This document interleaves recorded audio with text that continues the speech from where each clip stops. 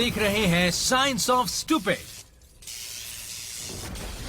जरूरी सूचना, हमारे शो में दिखाए जाने वाले स्टंट्स उन बंधुओं ने किए हैं जिनका साइंस से कोसों दूर तक कोई लेना देना नहीं, इसीलिए आप भूल कर भी इन्हें ट्राई ना करें।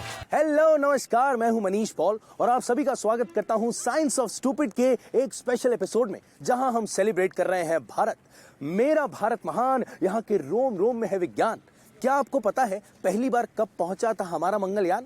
अरे फर्स्ट अटेम्प्ट में यार। So a big salute to our brilliant scientist. और साथ ही में एक सैल्यूट हमारे कुछ महाअनुभव को, जिनकी साइंस की नॉलेज थोड़ी कम है और उस कारण रोज वो अपनी थोड़ी थोड़ी बेइज्जती कराते हैं। वेल, आपके लिए है हमारा शो साइंस ऑफ स्टूपिड, जहां मैं क्लियर करता हूं साइंस के फंडे और दिखाता हूं कुछ स्टूपिड वीडियोस। अगले आधे घंटे में आप देखेंगे कुछ ना समझो के वो साइंटिफिक एक्सपेरिमेंट्स जो हुए डिजास्टर। साथ ही हम बताते रहेंगे उनकी गलतियां और देते रहेंगे एक्सप्लेनेशंस। लो जी, पप्पू गया पानी में, कैसे आग खेलती है अपना खेल, और घूमने के साइंस की गलती का घूसा। लो जी, मैडम ने मुंह की खाई। कभी फ्रिक्शन देती है धोखा तो कभी दोस्त देता है बकवास साइंटिफिक सरप्राइज। देखिए क्या है लहरों की मर्जी, दोस्तों की अर्जी, और साथ ही साथ सड़क पे दिखाना है कितना टशन। इस शो की चीजें ट्राई ना करें और क्या क्या नहीं करना है ये आपको जरूर पता चल जाएगा। जिद्दीपन भी जरूरी है और पागलपन भी। ये है साइंस ऑफ स्टूपिड। बेचारे की खोपड़ी आज बलि चढ़ेगी। खोपड़ी की मजबूती का इतना दर्दनाक फायदा। जब भी इलास्टिक को खींचकर ऐसे निशाना लगाया जाता है, इसमें इलास्टिक पोटेंशियल एनर्जी स्टोर होती है। फिजिक्स में ऐसे स्ट्रेच करना एक काम ही है। अगर आपने स्ट्रेच को दुगना किया तो पोटेंशियल एनर्जी 4 गुना स्टोर होगी। इससे छोड़ते ही पोटेंशियल एनर्जी बदल जाती है काइनेटिक एनर्जी में। वेल, ये तो हुआ ये, पर अभी मैं आपको दिखाने वाला हूँ कुछ नमूने। यार कमाल के नमूने हैं ये। हरकतें ये करते हैं, सीखते हम हैं। एक काम करते हैं, इन्हीं को देख के कुछ सीख लेते हैं। आइए। मैंने बताया था ना, इलास्टिक को खींचेंगे तो एनर्जी स्टोर होती है। और देखिए, मिल गया इस डेयरिंग बाज को अपनी मेहनत का फल। ऐसी चपत के बाद चीखें ही निकलेंगी सर। यहाँ सक्सेस और फेलियर के पीछे एक ही चीज है, वही इलास्टिक। इस डेयरिंग हैंडसम डूड को अटकाया है जायंट ह्यूमन स्लिंग शॉट पर। क्वाड बाइक की एनर्जी पोटेंशियल एनर्जी को स्टोर करने का काम कर रही है। शुक्र मनाइए इसे बांध रखा है, वरना उड़कर सीधा जंगल के पार ही जाता। और क्योंकि ये बंधे हुए हैं, काइनेटिक एनर्जी फिर से इलास्टिक में ट्रांसफर हो जाती है। ये होती है करीब 40 किलोमीटर पर आवर की स्पीड। कोई इसे नीचे उतार दो यार, अब मेरी बारी है, मैं भी जाऊंगा। ये लड़का ना शादी के लिए हाँ नहीं कर रहा था, तो लड़की ने उसे बिठा दिया ऊपर जाने वाले स्लिंग शॉट में। पोटेंशियल एनर्जी काइनेटिक एनर्जी में बदली और छोरा मान गया। और भाईजान का दिमागी संतुलन भी बिगड़ता नजर आ रहा है। भाई साहब आंखें खोलो, चांद पे नहीं लेके जा रहे हैं आपको। अपने पैरों पर कुल्हाड़ी मारना तो सुना होगा ना, पर क्या खुद पर इलास्टिक से मरवाना सुना है? नहीं। अरे यार इन्हें देखिए ना, ये महान आत्माएं।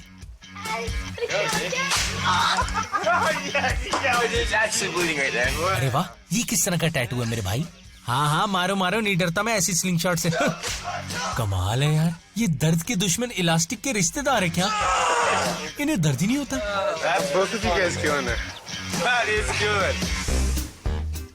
पर कुछ है साइंस आंटी के फेवरेट बच्चे जो हर calculation, measurement, energy apply, force का इतना ध्यान रखते हैं कि नए कारनामों को अंजाम देते हैं। पोटेंशियल एनर्जी और काइनेटिक एनर्जी का सही मेल बिठाइए, फिर देखिए कैसे होता है इम्पॉसिबल पॉसिबल।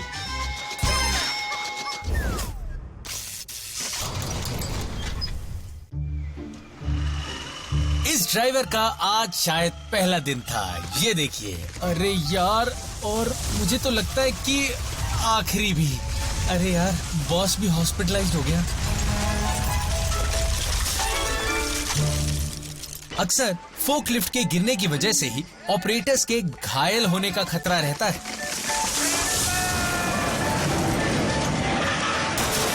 पर ये सर बच गए। पर हाँ, नौकरी शायद नहीं बच पाई। मैं तो कहता हूँ, अगर जान की फिक्र है ना, तो इसके पीछे की साइंस को जरा अच्छे से सीख लो। फोक्स के ऊपर उठने से सेंटर ऑफ ग्रेविटी भी ऊपर उठती है। इससे लैटरल मूवमेंट को centre of mass wheel base से बाहर धकेलने का मौका मिल सकता है और रिजल्ट होता है धड़ाम। ज्यादा ही वेट उठा लिया तो समझो फोकलिफ्ट बन जाएगा एक सीसॉ और ड्राइवर के साथ वेट करके ऊपर नीचे और मजे मजे में ज्यादा भार उठाएंगे तो आगे ही मुंह की खाएंगे। इस फोकलिफ्ट के ऑपरेटर ने इसके हाथ इसकी हड्डियों से ज्यादा बढ़ा दिए हैं। ऊपर से गड़बड़ ये कर दी कि इनके फैले हाथों के साथ आएगा जनाब पीछे और अरे यार ये हुआ इनका टचडाउन। चलो मैं आपका टेस्ट ले लेता हूँ। अगर हैवी लोड होगा तो फोकलिफ्ट आगे की तरफ झुकेगा और क्या बन जाएगा? हाँ सीसॉ। और अगर इसे मस्तीले ऑपरेटर्स यूज कर रहे हो जो वेट को ऊपर उठाएंगे तो नजारा कुछ मजेदार हो जाएगा। बड़ा ही बेदर्द है यार ये तो। उसे बता दे मामला कहाँ गड़बड़ है। लो नौकरी खा गया उसकी।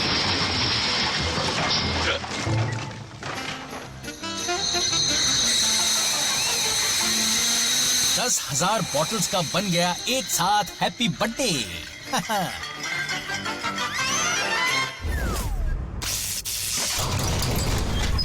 वैसे हिंदुस्तान ने दुनिया को कितना कुछ दिया है, सबसे सस्ती कार, आयुर्वेद, योगा वगैरह वगैरह। मगर एक बात माननी पड़ेगी, आप जिंदगी में कुछ भी कर लें मगर स्टूपिडिटी के कॉन्सिक्वेंसेस खतरनाक ही होते हैं।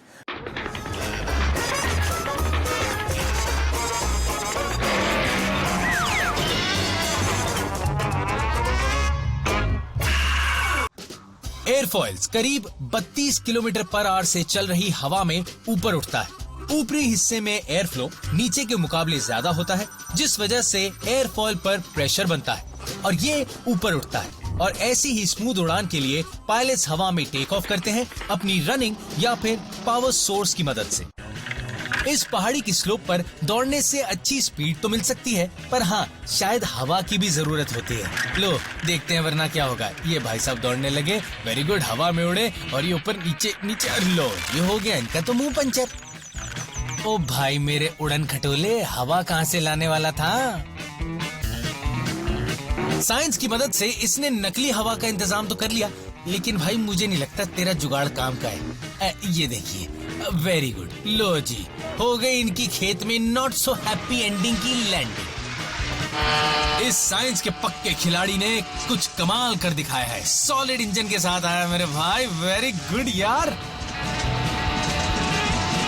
क्या उड़ रहा है यार, बहुत अच्छे। हाय कहीं मेरी नजर ना लग जाए इसे। क्या टर्निंग है, लगता नजर लग रही है। लो लगता है ये रोज अपनी कार में ऐसे ही बैठता है। लो जी हनीमून पे आए और बीवी ने जबरदस्ती पैराग्लाइडिंग पे बांध दिया। ले बेटा बन अब हीरो, उड़ जा। लो मुझे तो बीवी की साजिश लग रही है। मैं पहले ही कह रहा था कुछ तो चाल है। ये है बैचलर जो। क्या इसकी लाइफ में पैराग्लाइडिंग का खूबसूरत टेक ऑफ लिखा है? कम ऑन जो, Run, Joe, run! दिखा दो। वेरी गुड जो। अरे वाह, ये तो लैंडिंग ऑफ द मिलेनियम था जो। मुंह पे मुल्तानी मिट्टी लगा के निकले हो। बाय द वे तुम्हारी गर्लफ्रेंड बोट तो नहीं चला रही? लेकिन कभी कभी ये नादान परिंदे घर सीधे रास्ते नहीं बल्कि खिड़की के रास्ते घुसने की कोशिश करते हैं। लो जी बाथरूम की खिड़की मिली थी। ओहो इसका मामला तो ज्यादा ही खराब लग रहा है। हवा बेचारे को पहाड़ी से घसीटते हुए ले जा रही है। क्यों जनाब, मैं बताता हूँ, ये उल्टी तरफ मुंह किया हुआ था। हवा से पंगा मत लेना मुन्ना, वरना फूस निकल जाएगी, हवा निकल जाएगी लल्ला तेरी। चलो खुली हवा में आकर सांस ली बेचारे ने, अब तो सुकून से उड़ सकेगा। देखते हैं। मेरे भाई तूने आज का दिन गलत चुन लिया। प्रॉब्लम है, अपनी कुंडली चेक करवा ले तू। एक काम कर, डॉक्टर से भी चेकअप करवा लियो। हेलो दोस्तों, मैं हूं मनीष पॉल और आप देख रहे हैं साइंस ऑफ स्टूपिड। और आज हम सेलिब्रेट कर रहे हैं साइंस और टेक्नोलॉजी का कमाल।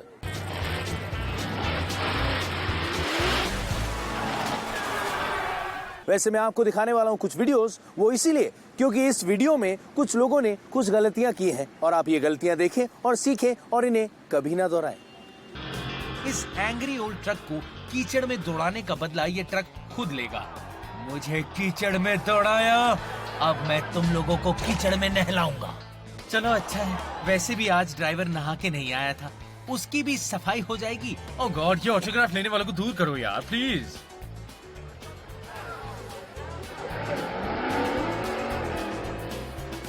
ओए होए, ये छोटा मॉन्स्टर बड़ा एक्टिव है, पर आराम से मेरे दोस्त, ऊंचाई ज्यादा है मतलब जल्दी पलटी मार सकते हो। लाइफ में कभी कभी पलटी बाजों से तो बच जाते हैं, पर टायर की तरह धोखेबाज अक्सर काम कर जाते हैं।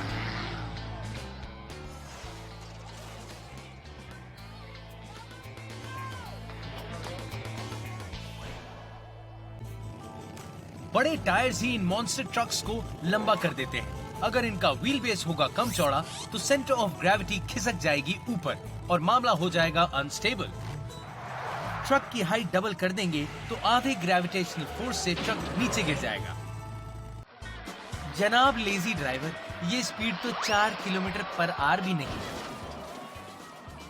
अब जरा थोड़ी साइंस सुनिए। जितना ज्यादा ट्रक का मास होगा उसे घूमने में उतना ही फोर्स लगेगा। लो जी, एक और कूल मॉन्स्टर ट्रक अरेना में। क्या इसमें है वो बात? ये जिंदगी में हर बात को पलटेगा, पलटू राम।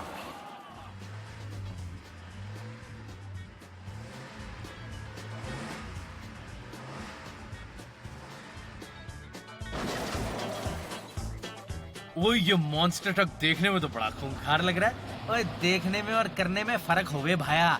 यो हाथी के दांत लगा क्या है, इसके बस की कुछ ना है।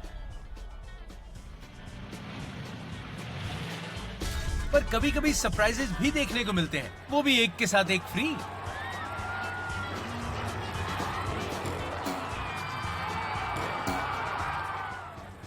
रबर के बड़े बड़े बाउंसी टायर्स ने ट्रक को एक बार और घूमने का मौका दिया।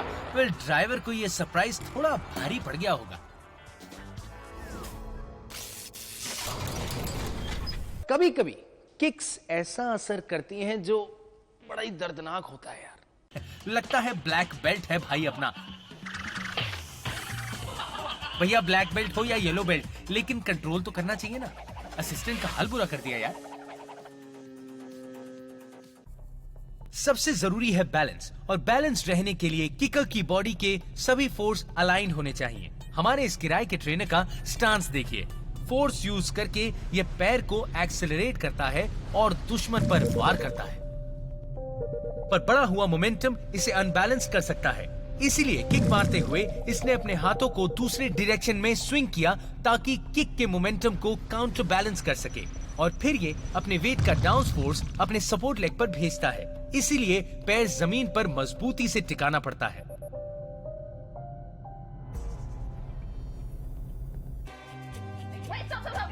इस ब्रूस ली की नकली फैन ने पीछे झुककर ऊंची किक मारने की कोशिश की, पर सेंटर ऑफ ग्रेविटी भी साथ में खिसक गई और नकली फैन भी।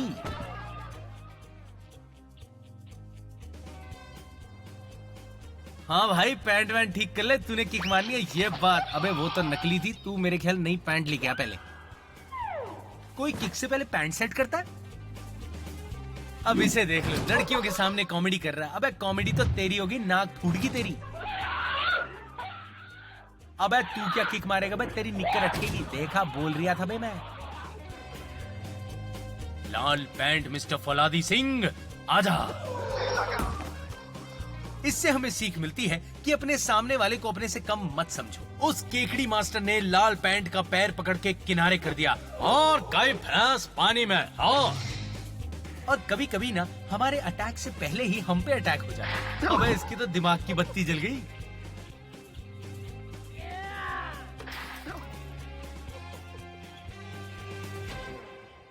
बात सिंपल है, अगर आपने बैलेंस बना लिया तो समझिए किक भी बढ़िया लग जाएगी।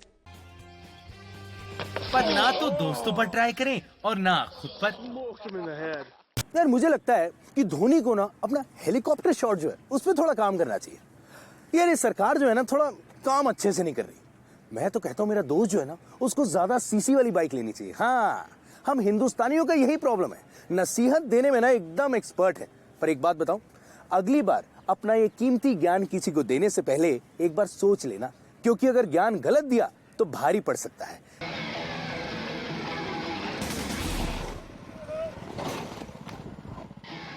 समझे ना, इतनी तैयारी क्यों जरूरी है? कुछ लोगों ने ना बाइक को मजाक समझ रखा है, पर छलांगे तो बड़ी मार रहे हैं। वाह यार, मतलब आज तो बड़े टैलेंटेड लोग दिख रहे हैं। वैसे कुछ वर्ल्ड रिकॉर्ड होल्डर ऐसे भी हैं जिन्होंने एक भी स्टंट ढंग से नहीं किया।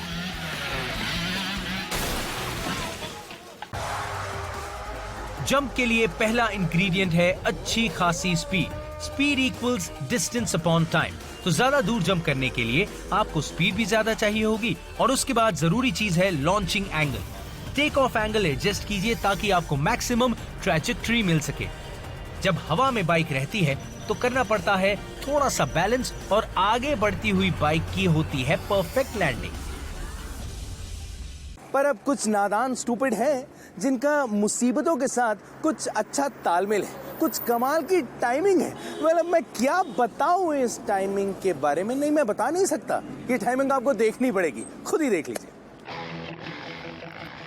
कई लोग मानते नहीं, पंगे लेते रहेंगे जब तक कि मुंह की नहीं खाएंगे। जैसे कि ये पिंकी मैडम, अपना साइज देखो, बाइक का रैंप का कुछ तो देखो। लो, इन्होंने तो कुछ नहीं देखा, जमीन पे गिर गई।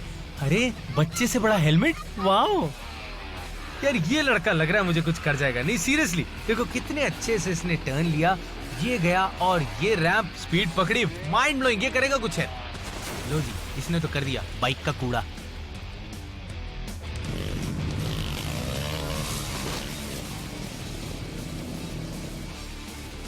ये देखो, अरे बाइक को अपनी गोद में सुलाने का इरादा है क्या? और हाँ, टेक ऑफ एंगल के साथ साथ लैंडिंग एंगल भी जरूरी है गाइस। इंपैक्ट को कम करने के लिए आपके एंगल ऑफ डिसेंट यानी कि ये, और एंगल ऑफ लैंडिंग सरफेस यानी कि ये, इनके बीच का डिस्टेंस कम होना चाहिए, और होगी लैंडिंग ऐसी। ऐसी तो नहीं चाहते ना? अरे इतने जोश ने किसका भला किया है जो इसका करेगा? अगर जनाब बाइक पर बैठकर ही लैंडिंग करते तो रैंप का रिएक्शनरी फोर्स सिर्फ पिछले व्हील पर ही रहता, और तब हालात शायद और खराब हो सकते थे। किस्मत अच्छी है बेटे। अगर परफेक्ट लैंडिंग की जगह ना मिले तो टेंशन नॉट, आगे वाला रेसर है ना। लो,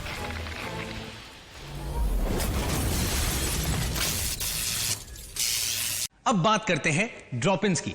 यह किया जाता है एक जायंट रैम की एज पर एक छोटे से वुडन बोर्ड पर खड़े होकर। क्या आपको पता था? कोई बात नहीं, किसी ना किसी के लिए तो इन्फॉर्मेशन है ना यार। और ये देखिए, ये व्हील चेयर वाला बालक कमाल कर रहा है। वाह, हाउ इंप्रेसिव यार। ड्रॉप इन का पेंडुलम मोशन मेंटेन करने के लिए स्केच पर लग रहा पूरा फोर्स डिपेंड करता है सेंटर ऑफ ग्रेविटी और बोर्ड पर। इसे करते वक्त बॉडी बोर्ड से 90 डिग्रीज पर रहती है। स्केटर पीछे को झुकता है और डिसबैलेंस होकर घूम सकता है। आगे झुकेगा तो कुछ ऐसा हाल हो जाएगा। और अगर रास्ते में कोई ऑब्स्ट्रक्शन आता है, उससे बोर्ड तो रुक जाएगा, पर अपने राइडर जनाब जमीन से गले लगकर ही मानेंगे। लीजिए कुछ चुनिंदा एग्जांपल्स।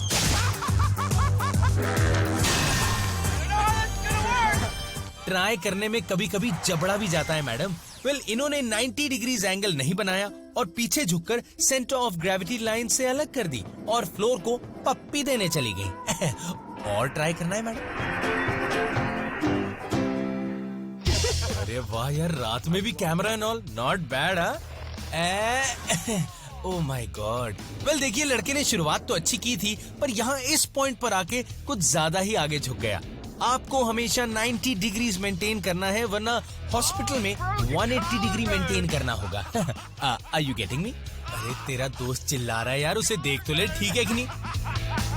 वाह क्या बात है, कितना मजा आ रहा है ना यार। एक बार आप टेक्निक सीख जाएंगे ना तो अच्छी क्वालिटी के रैंप में आप घंटों ये कर सकते हैं। पर अगर अकल की डोर पे ताला लगा है तो बंदे कहीं भी रैंप बना लेते हैं, और फिर खुद ही देखिए यार, क्यों ऐसा करके डॉक्टर का बिल बढ़ाते हो अपना? यार ये लोग हड्डी तोड़वा के ही मानेंगे। लो जी, अब बोल मेरे भाई, और मन कर रहा है करने का? और ये होता है जब आप ग्लूकोज पीकर नहीं आते, या फिर जब दिमाग में ऑयलिंग की जरूरत हो। भाई साहब, पहले जरा रैंप ही देख लिया करो। अलग अलग रैंप्स के अलग अलग बम्प्स होते हैं।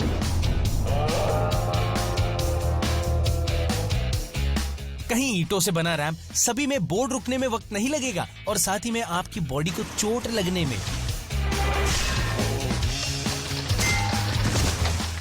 वेल ज्यादा कुछ नहीं, मेरे ख्याल से तेरे कंधे की हड्डी टूट गई होगी। और हाँ, ये सपना नहीं है। दोस्तों प्लीज एक्सक्यूज मी यार, पर कैसे कैसे स्टूपिड्स होते हैं। स्कूल पिकनिक में फूलिश वीडियोस बनाकर भेजा। एक्चुअली साइंस ऑफ स्टूपिड से प्यार इतना करते हैं ना ये लोग कि मैं क्या बताऊं।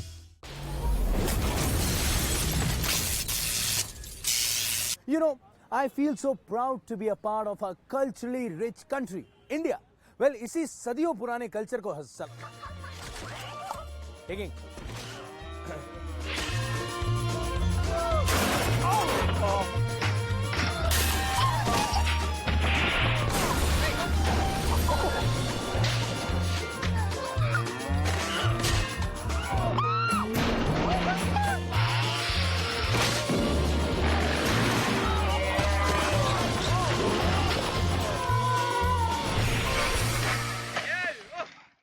Perfect था